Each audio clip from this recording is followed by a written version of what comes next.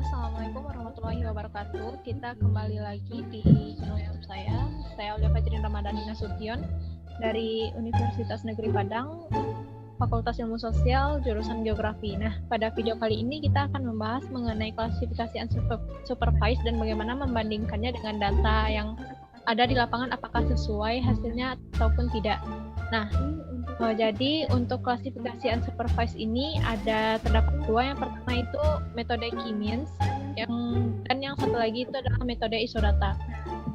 Nah, untuk itu kita langsung saja mulai kepada metode yang pertama itu yakni K-means. Jadi untuk memulai proses dari klasifikasi itu, kita masuk ke dalam pengaturan toolbox, lalu classification.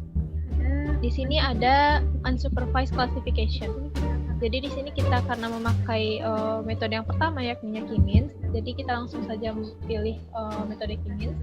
Kita pilih citra mana yang akan kita lakukan klasifikasi. Di sini ada pasif multispektral, jadi saya pilih saja langsung. Nah, untuk number of classes-nya, di sini akan saya bikin setidaknya sebanyak 30 kelas. Semakin banyak kelas, maka catatannya akan semakin banyak pula objek yang bisa teridentifikasi. Untuk maximum iterations-nya, di sini saya membuatnya sebanyak 5, dan perlu menjadi catatan bahwa maximum iterations ini semakin tinggi maka semakin tinggi angkanya, maka akan semakin lama juga proses klasifikasi yang akan dilakukan gitu. Nah, di sini saya akan langsung mengatur proses penyimpanannya.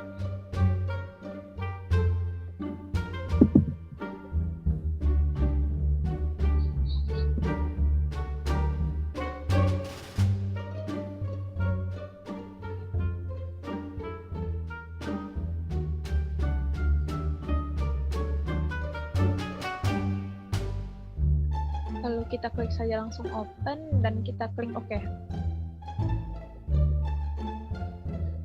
Nah, seperti yang teman-teman bisa lihat di sini sudah muncul hasil dari klasifikasi unsupervised yang metode K-means sebanyak 30 kelas. Nah, yang seperti yang bisa dilihat nih, semakin banyak kelasnya, maka akan semakin banyak juga objek yang bisa teridentifikasi.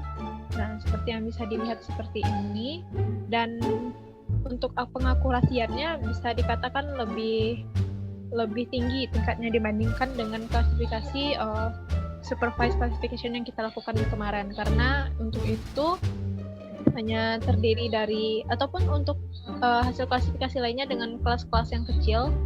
Nah, semakin banyak kelas maka dia akan semakin detail hasilnya. Selanjutnya itu kita akan masuk ke pembahasan metode unsupervised classification yang lain, yakni isodata classification.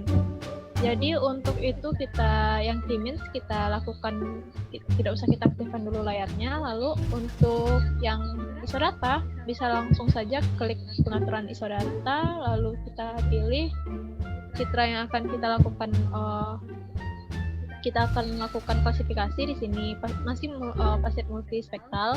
Lalu kita klik OK.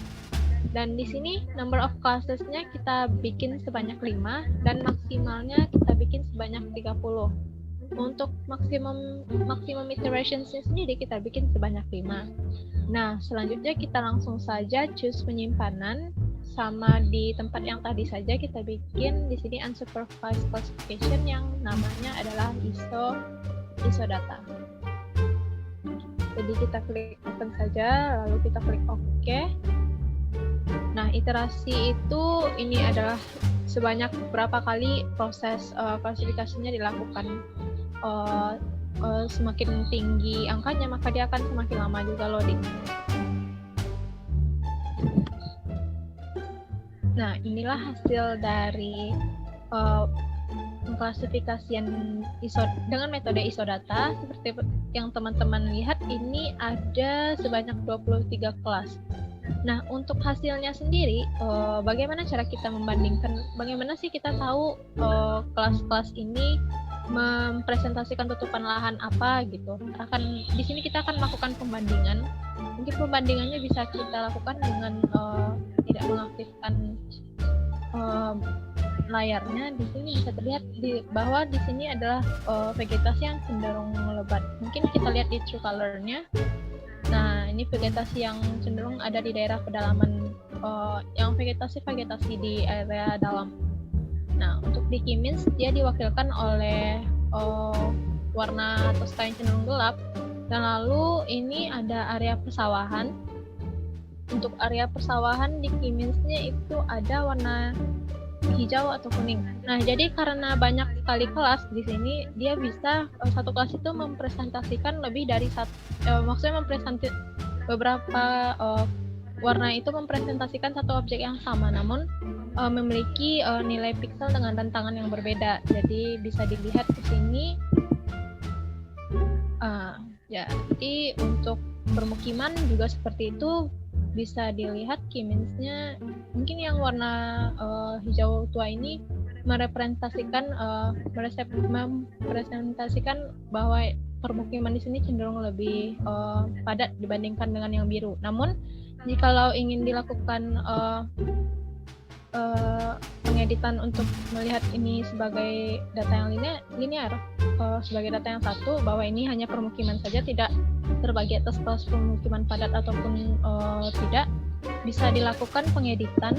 Yang pertama kita perlu catat dulu ini dengan hasil data yang dibandingkan merupakan tutupan lahan apa, lalu mungkin masukkan di Excel dan dicatat juga yang warnanya ini merepresentasikan apa, apakah sama lahan permukiman ataupun tidak.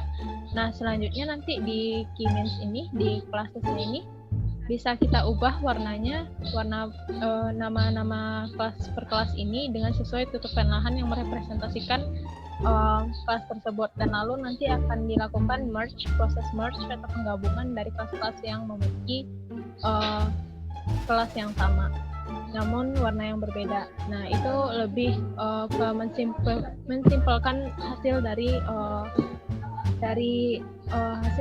klasifikasi encephalopathia dan melakukan uji objek terhadap satelit yang digunakan sebelumnya.